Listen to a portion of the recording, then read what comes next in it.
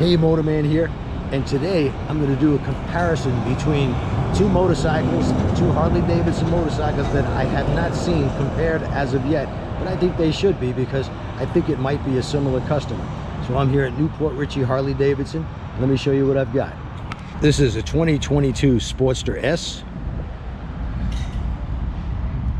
and a 2021 Fat Bob. The reason I want to compare these two motorcycles is because they are, for I believe, a similar type customer. It's just a matter of, do you want that low-end torque right off of idle? Do you want a V-twin air-cooled that's going to sound just like, well, Harley's been sounding forever? Or the new type of sport cruiser? That's what I'm going to call both these bikes, is a sport cruiser, because basically that's what they are. Not quite a sport bike, and they're a little bit more than a cruiser because they got a better lean angle, so it is a sportier ride. So I think I might be the guy who's defining what these bikes are. You might call it a muscle cruiser or a muscle bike, but I'm going to call it a sport cruiser. So I'm going to take them out for a ride back to back, and I'll give you my thoughts on it. Which one would I like better, and which one you might like better.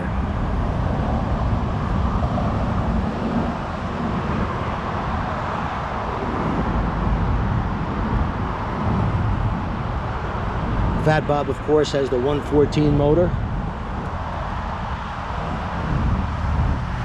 putting out about somewhere around 90 horsepower stock, and the Sportster S has the 1250 motor, and it's putting out, I think, 125 horsepower. Thoroughly modern motorcycle, and a thoroughly modern V-twin motorcycle. So we'll go for a ride and I'll let you know what I think.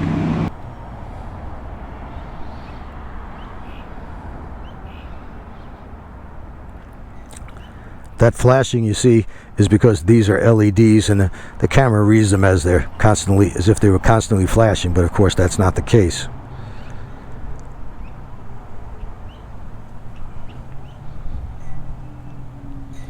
Got your tachometer here, miles per hour, trip odometer, trip B, regular odometer. This bike has 44 miles. It's 77 degrees. Beautiful day today, breezy and dry here in Florida. And we got a range of 49 miles before it runs out of gas.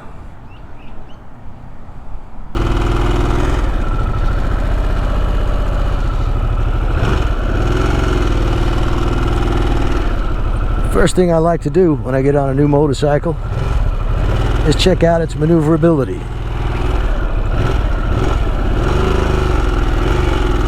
I don't want to scrape the pegs because, well, it's a brand new motorcycle. Somebody's going to buy this bike, so maneuverability seems to be pretty good.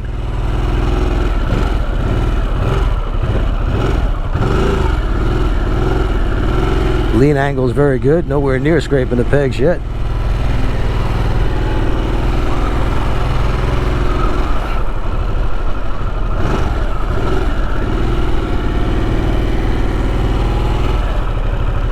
Alright, let's get it out on the road. They have adjustable clutch levers that allows you to bring the friction zone in or out. I like it in as far as possible, so I've got it on number 1. The seating position is leaning slightly forward. I mean, the further back I sit on the seat, the more forward I'm going to lean. Remember, this isn't a motorcycle for touring. This is a motorcycle to have some fun on a winding mountain road. And I know I'm not wearing my gloves. I did forget them. But I'm still going to do this test ride, and I bet I'll live through it. Forward controls are standard on this bike, with mid controls optional. Even though I'm not a tall person, I prefer the forward controls because they're really not that far forward.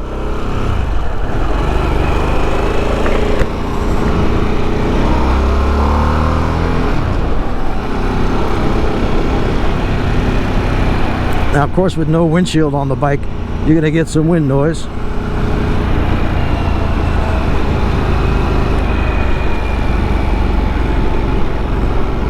I can't help that. Plus, it's kind of a windy day.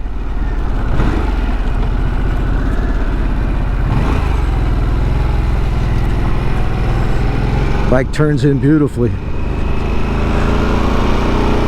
As I remember, it's been a while since I rode the Fat Bob, but I remember the feeling that I got on that bike was that the front wheel is very close. Sort of, if you ever ridden a dirt bike, you know what I'm talking about, short rake. It's not really that short on the Fat Bob, but it always felt that way, and so does this bike feel the same way.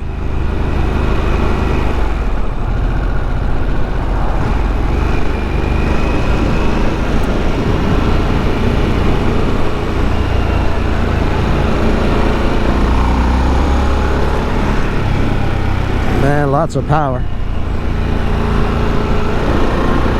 I'm in second gear, so it's a wide ratio transmission.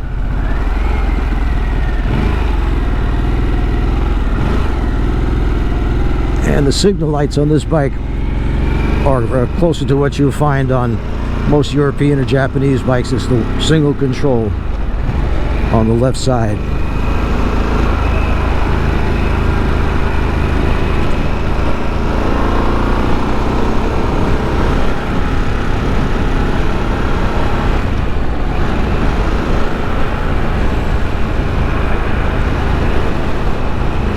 Right now I'm in sport mode.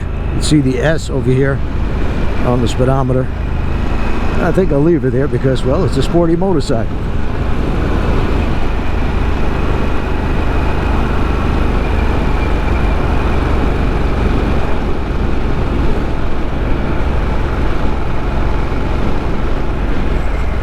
Shifter is effortless, virtually no noise when you shift it into gear, unlike the V-twin air-cooled models. Very European.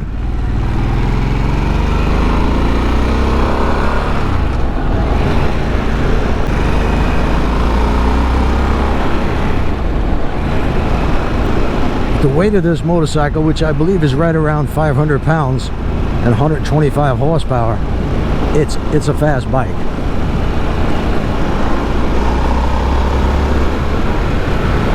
And it likes to rev.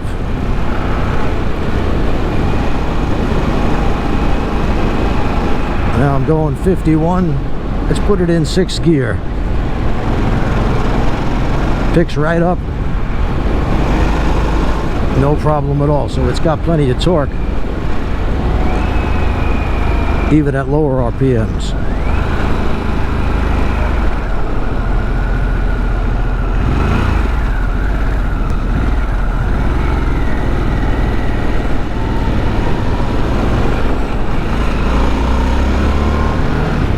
If you wonder what road this is, it's Trouble Creek Road in Pasco County. It goes down to Tarpon Springs. I notice I'm feeling virtually no vibration coming through the handlebars. Slight vibration, high frequency vibration I could feel in the seat.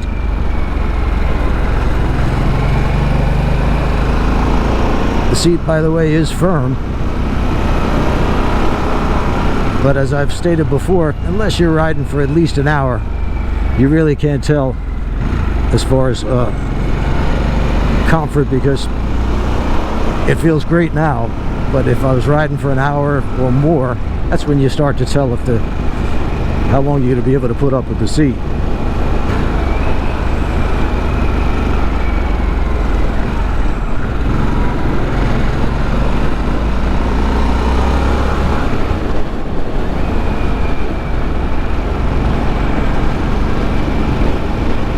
This is a much sportier feel, more like a standard motorcycle versus your average Harley Davidson, whether it be the Softail or the touring bikes.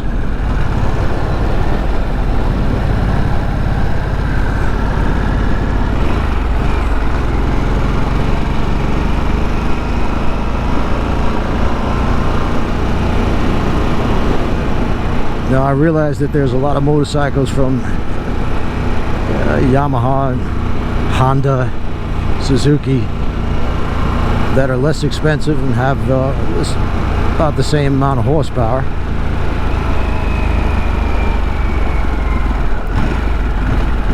But it depends on what you like. If you want a Harley Davidson, personally, the looks of this bike, I liked it immediately, and I prefer it over the Japanese bikes and even the European bikes, the standards.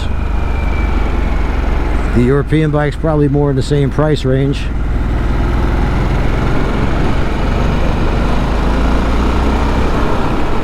As this motorcycle, which is right around $15,000.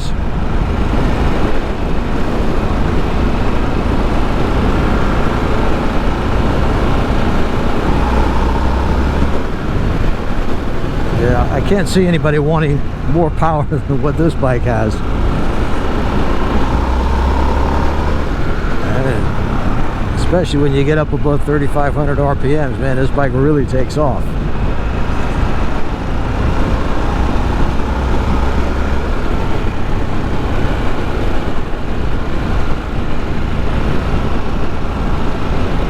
So if you're in the market for a sporting standard, you should take this bike for a ride. I know that most of the Japanese manufacturers or dealers will not let you ride their motorcycles, which I think is crazy, but Harley Davidson isn't that way.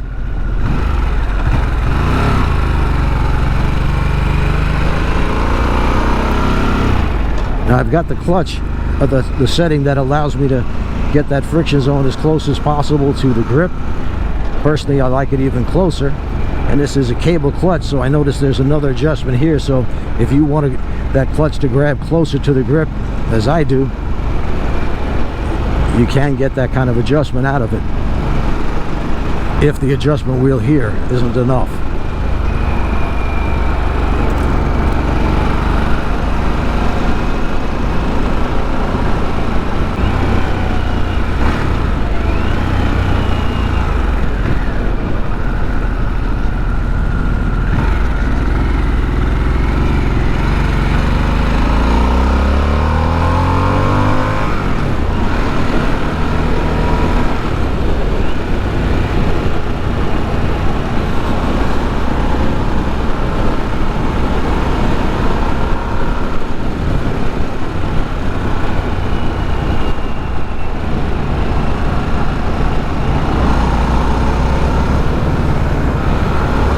No, that wasn't an ST, that was a Sport Glide. The bags had me fooled.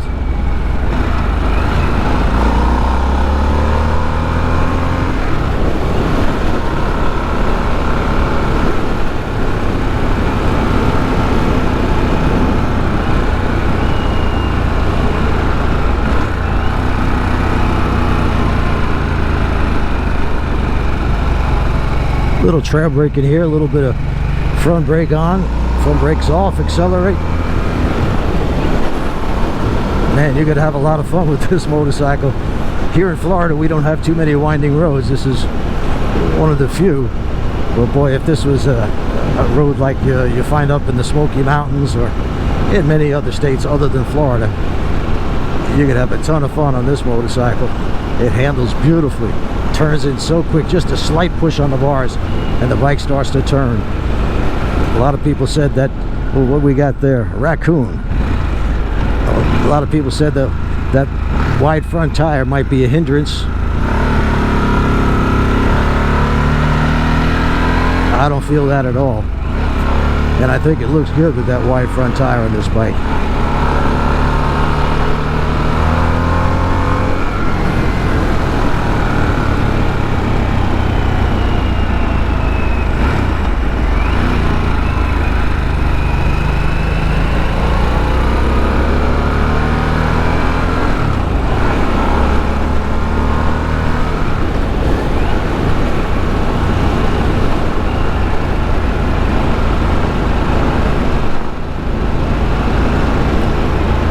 And here comes the mayor of Newport Richey. He's been mayor for 73 years. I just made that up.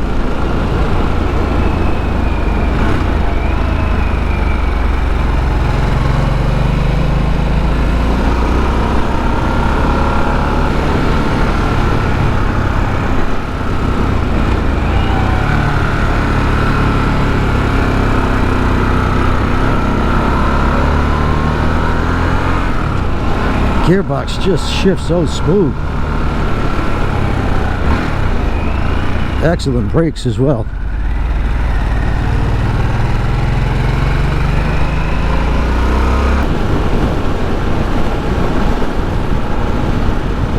So would I pay $15,000 for this motorcycle, plus, you know, the whatever added fees they have and tax and tag title?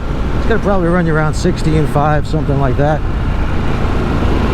You know, I'm not in the market for one, but we're right in the market for a naked bike or a sport cruiser. Yeah, this is one I definitely take a look at, and yeah, I think it's worth it.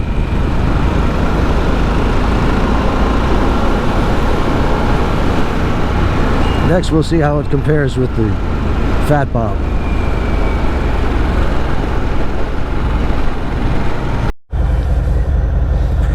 Alright, I'm on the Fat Bob now, and the first thing I noticed when I turned here is the handlebars turn further from lock to lock than that Sportster S.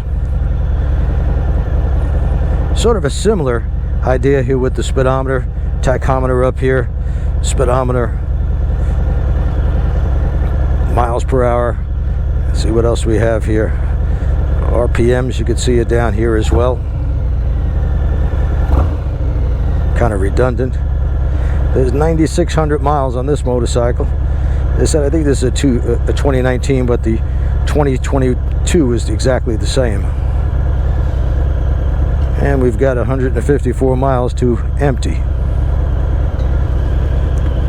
This bike too has forward controls. I prefer them, as I said, because they're not too far forward. If they were too far forward that only a person who's 6 foot or taller could reach, I wouldn't like them. Now I identify as 6'2", so it really doesn't matter to me. But my actual height is 5'7". In fact, I put these forward controls, the same controls on this bike, on my Lowrider S, because it just felt much more comfortable to me.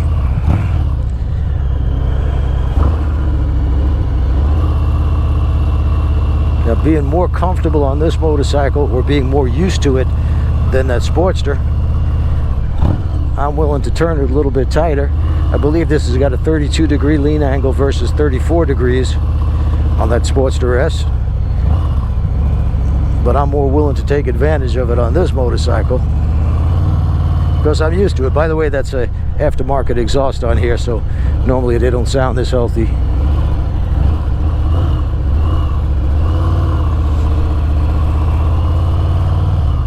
But now let's get it out on the road. We'll take it down the same road that I took that Sportster down.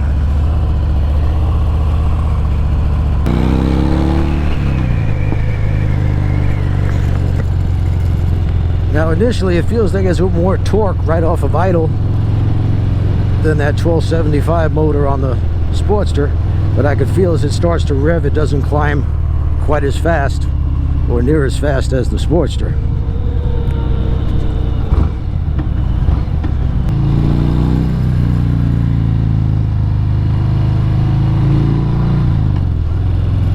You definitely feel it takes more effort to shift this motorcycle, as most big V twins are. The feel of the shifter on Harley Davidson's has come a long way since, I don't know, 30 years ago, so it's nothing like it was back then, but it's going to take some effort to push on that that shifter.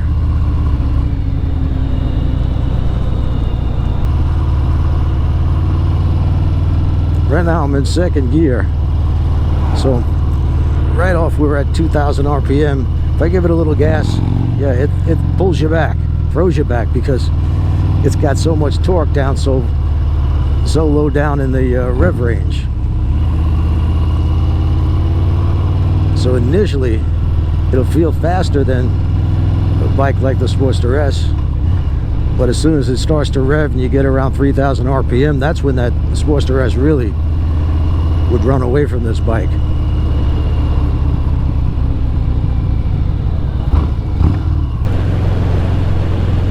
Now I'm feeling some a little vibration in the grips on this bike. It's low frequency vibration, but it is more than what the vibration you would get on the Sportster. I noticed the same thing on my Lowrider S.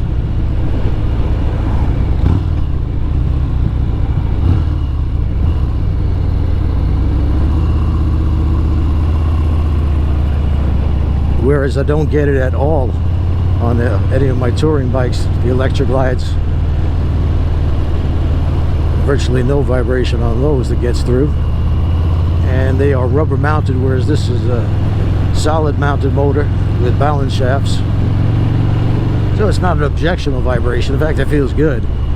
It feels like a V-twin should.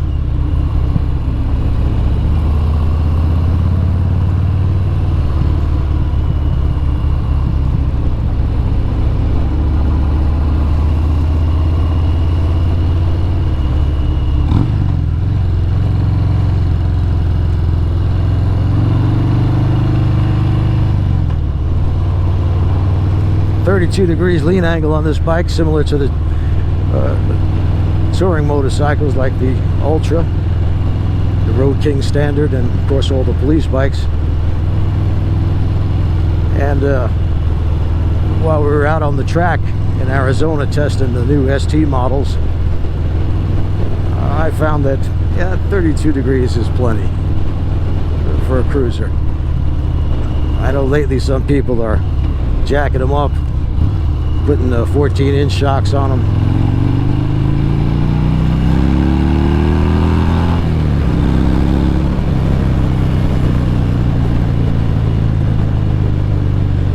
Yeah, this 114 has still got plenty of power.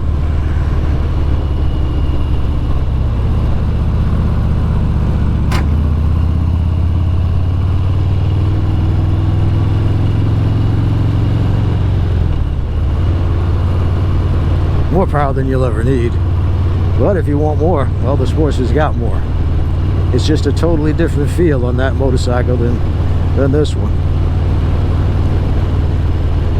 So to say that well, they're both Harley Davidsons, but if you're used to Harley Davidsons over the past few years and you like the feel of and the sound of that V-twin, air-cooled 45-degree V-twin, yeah, you might like this better.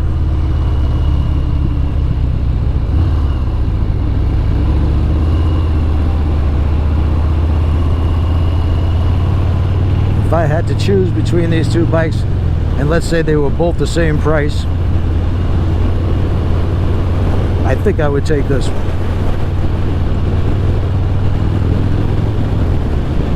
But it all depends on what you like. If you're used to Japanese sports standards or sport bikes, I'll bet you choose the Sportster S.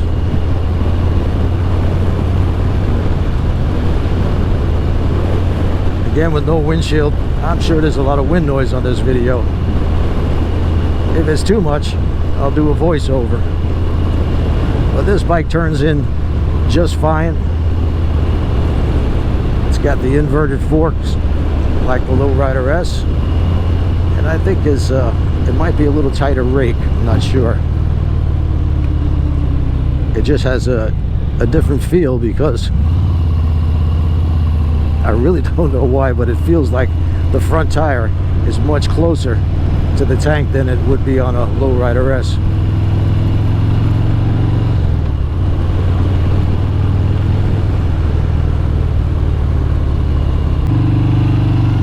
This bike has grown on me over the years. When I first saw them, when they first came out, I didn't like it at all, but they've grown on me to where I like the looks of them. I just don't like it as much as that new Sportster S. The riding position here feels a little bit better. It's more upright. I'm hardly leaning over at all to reach the bars, and for me that's a plus.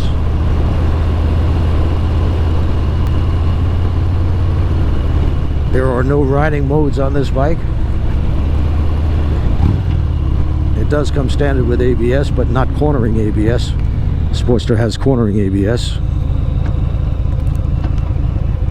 So in reality, you're getting more for your money with the Sportster S than this bike.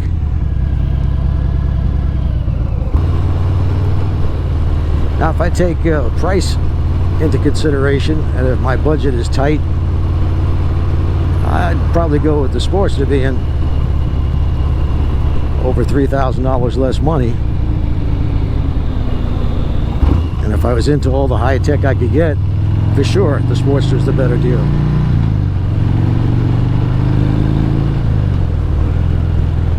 Or if you want the best canyon carver, but like I said, here in Florida, not too many canyons. In fact, there aren't any. So I think this bike is better suited to Florida. And it will more than hold its own on any winding road. If I take a trip up to the Dragon, North Georgia area, Smoky Mountains, this bike will do just fine.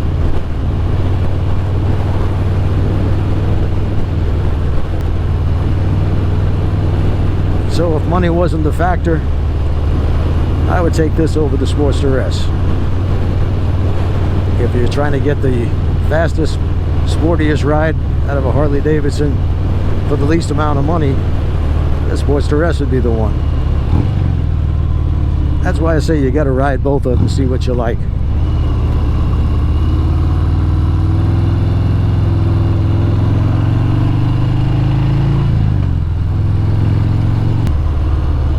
Seat comfort on this bike I think is a little bit better.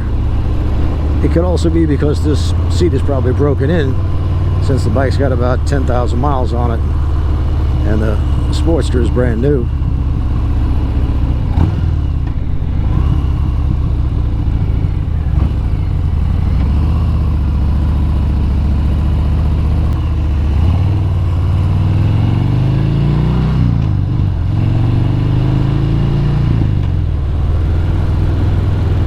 So that's my thoughts on it.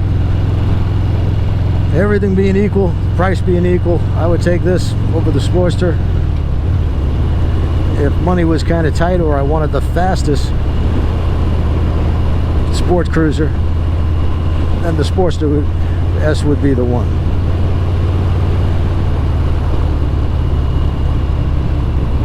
In I guess about 14 days, I'm going to be Harley Davidson's flying me out to California to road test the new Sportster 975. Don't know what the price is going to be on that bike, but I'm sure it's going to be more in line with the previous Sportsters versus the Sportster S.